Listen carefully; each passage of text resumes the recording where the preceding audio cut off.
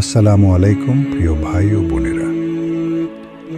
আপনি কি কখনো ভেবেছেন এই পৃথিবীতে সবচেয়ে বড় সফলতা কি? ধন সম্পদ, খ্যাতি, ক্ষমতা, নাকি এমন কিছু যা মৃত্যুর পরও আপনার জন্য কাজ করে যায়? আজ আমরা জানব সূরা ইব্রাহিমের সেই গভীর বার্তা, যেখানে রয়েছে ঈমান, দোয়া, কৃতজ্ঞতা এবং এমন একটি লেগাসি যা যুগের পর যুগ ধরে বেঁচে আছে। আপনাদের সবাইকে স্বাগতম আমাদের ইসলামিক চ্যানেল শেষ ঠিকানাতে। আজকের আলোচনার বিষয় সূরা ইব্রাহিম।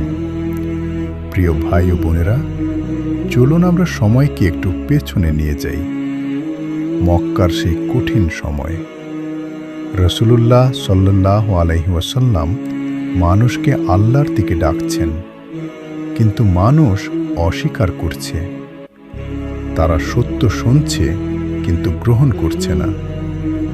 ঠিক এই অবস্থায় আল্লাহ তাআলা একটি সূরা নাজিল করলেন, যার মূল উদ্দেশ্য মানুষকে অন্ধকার থেকে আলোতে নিয়ে আসা। সূরা ইব্রাহিম কুরআনের 14 নম্বর সূরা। এতে রয়েছে 52টি আয়াত। এটি একটি মাক্কি সূরা। এই সূরা শুরুতেই আল্লাহ বলেন, এই কিতাব নাজিল করা হয়েছে যাতে মানুষকে অন্ধকার থেকে আলোতে বের করে আনা যায়।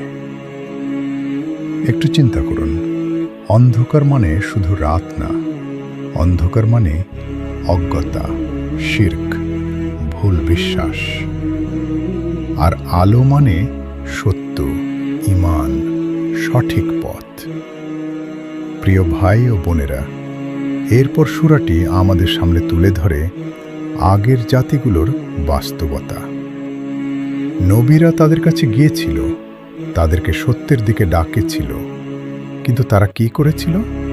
তারা বলেছিল, আমরা তোমাদের কথা বিশ্বাস করি না। এমনকি তারা নবীদের ভয় দেখানোর চেষ্টা করেছিল। কিন্তু নবীরা কি করলেন?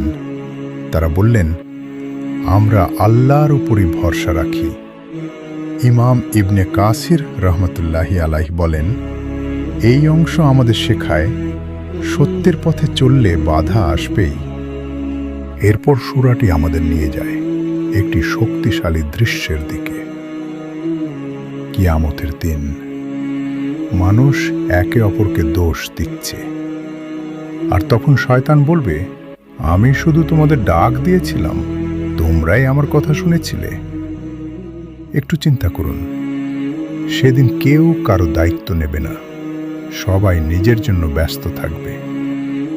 প্রিয় ভাই ও বোনেরা, এখন আসে এই সূরার সবচেয়ে পাওয়ারফুল অংশ, হযরত ইব্রাহিম আলাইহিসসালামের দোয়া।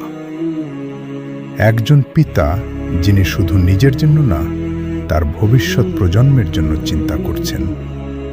তিনি বলেন, হে আমার রব, এই শহরকে নিরাপদ কর। এটা শুধু একটি শহরের জন্য দোয়া না, এটা একটি নিরাপদ সমাজের জন্য দোয়া।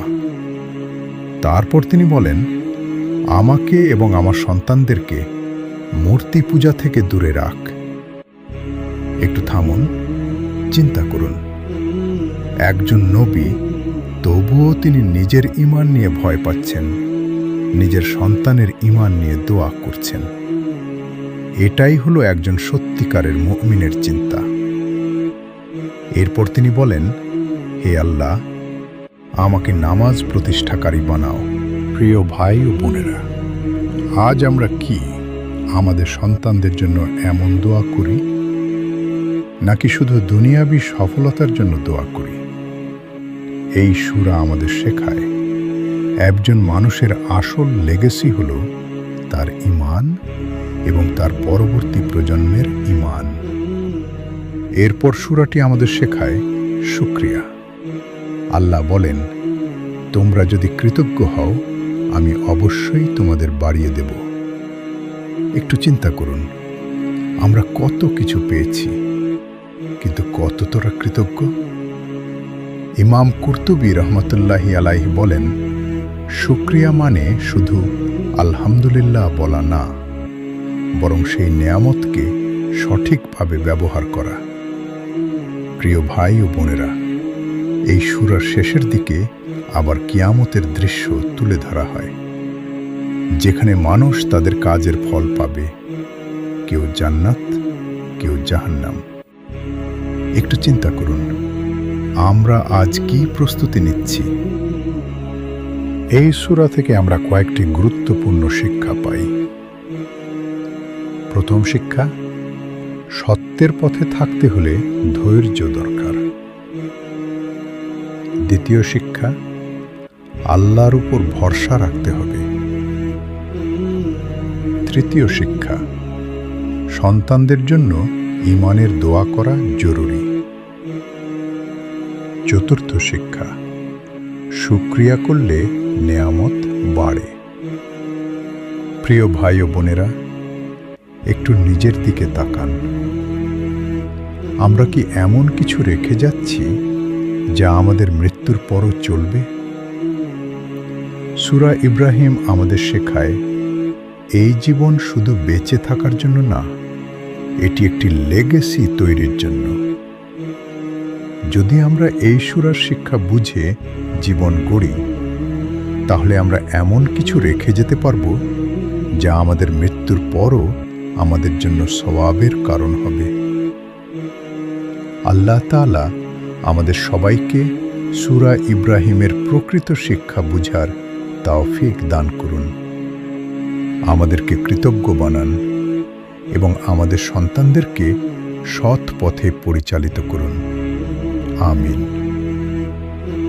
আপনাদের যদি এই আলোচনা উপকারী মনে হয়, তাহলে আমাদের ইসলামিক চ্যানেল শেষ ঠিকানা সাবস্ক্রাইব করে আমাদের সাথেই থাকুন।